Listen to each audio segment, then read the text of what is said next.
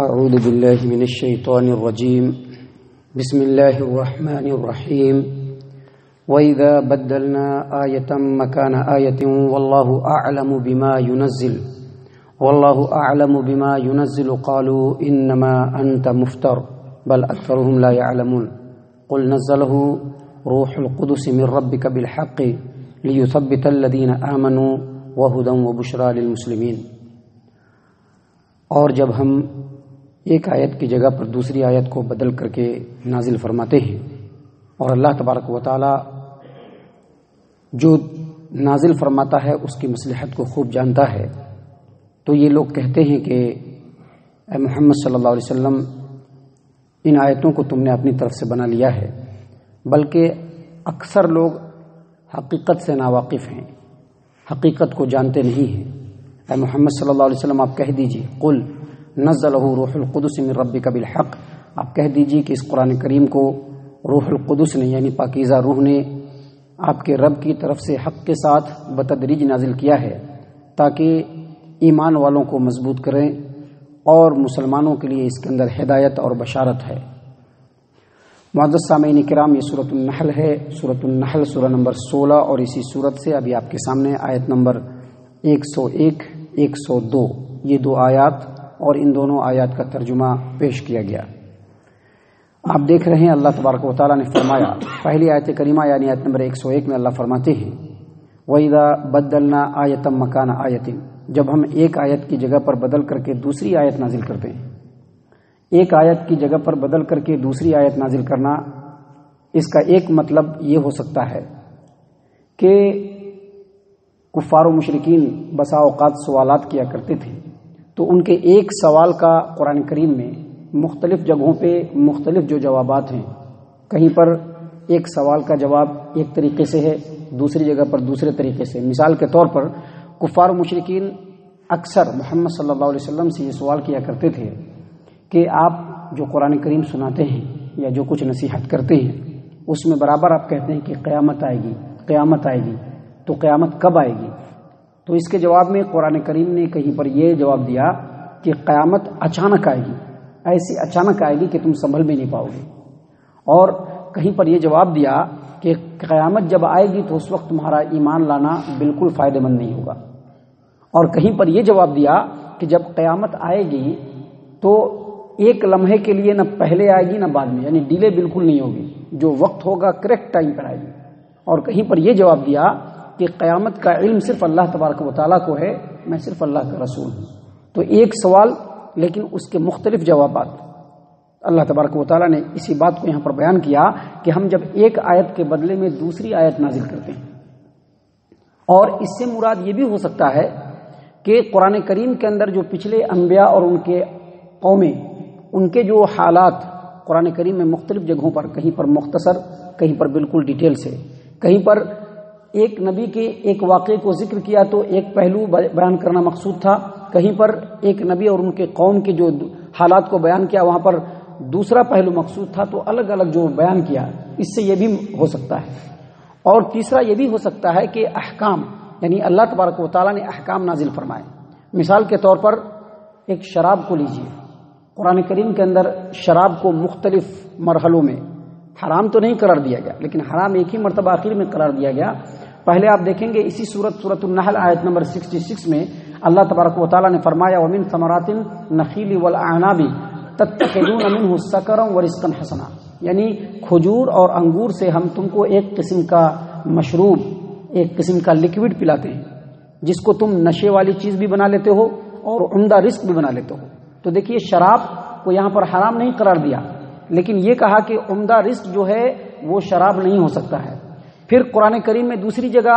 لوگوں نے سوال کیا شراب کے بارے میں، تو اللہ تبارک و تعالیٰ نے کہا کہ اس کے اندر بڑا گناہ ہے اور تھوڑا نفع ہے، لیکن اس کا جو نفع ہے اس کے گناہ سے بہت کم ہے، اس کا گناہ زیادہ ہے۔ اور ایک تیسری جگہ اللہ تبارک و تعالیٰ نے کہا کہ جب شراب پیو تو اس وقت تم نماز کے لیے نہیں آؤ، یعنی حرام نہیں قرار دیا، لیکن یہ کہا کہ نماز کے لیے نہ آؤ۔ اور اخیر میں اللہ تبارک و تعالیٰ نے شراب کو کلی طور پر حرام قرار دیا سورۃ المائدہ آیت نمبر 80 میں۔ تو معزز سامعین کرام، یہ جو اللہ تبارک و تعالیٰ نے یہاں پر بیان فرمایا کہ ہم جو آیتوں کو بدل کر کے نازل کرتے ہیں. ایک آیت پہلے سے رہتی ہے، اس کی جگہ پر جو دوسری آیت نازل کرتے ہیں، تو یہ ساری چیزیں جو ہیں اللہ تبارک و تعالیٰ بیان فرما رہا ہے کہ اس لیے ہم نازل کرتے ہیں کہ ہم ان کی مصلحت کو جانتے ہیں. بتدریج جو قرآن کریم کے احکام، قرآن کریم کے آیات جو ہم نازل کرتے ہیں، اس کی وجہ یہ ہوتی ہے کہ حالات ہوتے ہیں، حالات کے تقاضے کے مطابق انسان کیسے سمجھے گا اس طرح سے ہم نازل کرتے ہیں. کبھی کبھی اس طرح سے بھی نازل کرتے ہیں کہ ایک حکم کو نازل کرنا ہے لیکن بندہ ابھی اس حکم کو جو ہے ایکسپٹ نہیں کر پائے گا، اس کے اندر اتنی صلاحیت نہیں ہے، تو اس وقت اس حکم کو ذرا دوسرے انداز میں نازل کرتے ہیں. اور جب بندے کے اندر صلاحیت ہو جاتی ہے اس حکم کو ایکسپٹ کرنے کی، تو پھر اس حکم کو مکمل طور پر نازل کر دیتے ہیں. تو اللہ تبارک و تعالیٰ نے یہاں پر اسی بات کو بیان کیا کہ وَإِذَا بَدَّلْنَا آیَةً مَكَانَ آیَةٍ، ہم ایک آیت کی جگہ پر جب دوسری آیت کو نازل کرتے ہیں، واللہ اعلم بما ينزل، اور اللہ تبارک و تعالیٰ اپنی آیتوں کے نازل کرنے کی جو مصلحت اور اس کا جو مقصد ہوتا ہے اللہ اس کو خوب جانتا ہے. تو جب ایک آیت کی جگہ پر دوسری آیت نازل کرتے ہیں، قالوا، تو یہ جو کفار و مشرکین ہیں وہ کیا کہتے ہیں؟ انما انت مفتر، یعنی تم اللہ تبارک و تعالیٰ پر جھوٹ نازل کر رہے ہو، جھوٹ بیان کر رہے ہو، تم اپنی طرف سے گھڑ کر کے لا رہے ہو. اللہ کا کلام نہیں ہو سکتا ہے. پہلے اللہ تبارک و تعالیٰ نے نازل کیا کہ شراب جو ہے وہ حرام تو نہیں ہے لیکن اس کے اندر بڑا گناہ ہے، اور بعد میں حرام قرار دیا. پہلے اللہ تبارک و تعالیٰ نے یہ نازل کیا ایک سوال کے جواب میں کہ دیکھو جب قیامت آئے گی تو اچانک آ جائے گی، جب قیامت آئے گی تو اس طرح سے آئے گی کہ اس وقت اگر تم ایمان بھی لاؤ گے تو تمہارا ایمان لانا فائدہ نہیں دے گا.